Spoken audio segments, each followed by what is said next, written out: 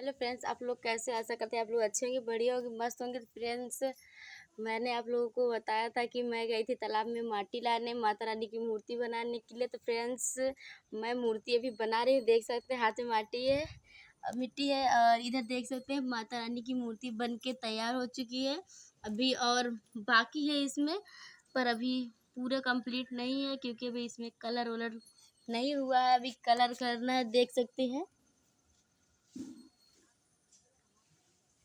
इधर भी देख सकते हैं, ये रही। तो फ्रेंड्स, आप लोग को मैंने दिखा दिया कि मैंने माता रानी की मूर्ति बनाई, क्योंकि मैं गई थी तालाब में मिट्टी लाने ताकि माता रानी की मूर्ति बना सकूं। और मैंने बना लिया, फाइनली बना लिया। अभी और भी बनाना है, पर अभी पूरी तरह से कंप्लीट नहीं हुई क्योंकि अभी कलर करना है और भी डेकोरेशन भी बाकी है। माता रानी को सजाने के लिए अभी सजा वजा कुछ नहीं है।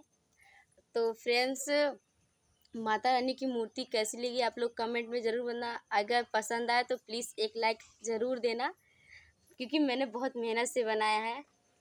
मैंने पहली बार बनाया और बनाया था, पर ख़राब बनी थी, पर अब की बार शायद ठीक बनी है। अगर आप लोग को पसंद आए तो ज़रूर बताना और कमेंट ज़रूर करना मूर्ति अच्छी लगी कि न लगी। अगर अच्छी लगी हो तो प्लीज़ ज़रूर कमेंट करना। आप लोग देख सकते हैं मैंने शॉर्ट वीडियो भी बनाया है, 2 शॉर्ट वीडियो भी बनाया है माता रानी को। अभी तो जब कलर करूँगी तो और भी वीडियो बनाऊँगी। अभी तो पूरा वीडियो नहीं बनाया है, देख सकते हैं। ये शेर पे शेर वाली है।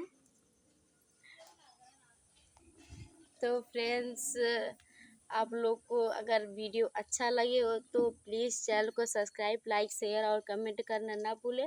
प्लीज़ वीडियो पूरा देखें, क्योंकि मैंने बहुत मेहनत से बनाया है माता रानी की मूर्ति।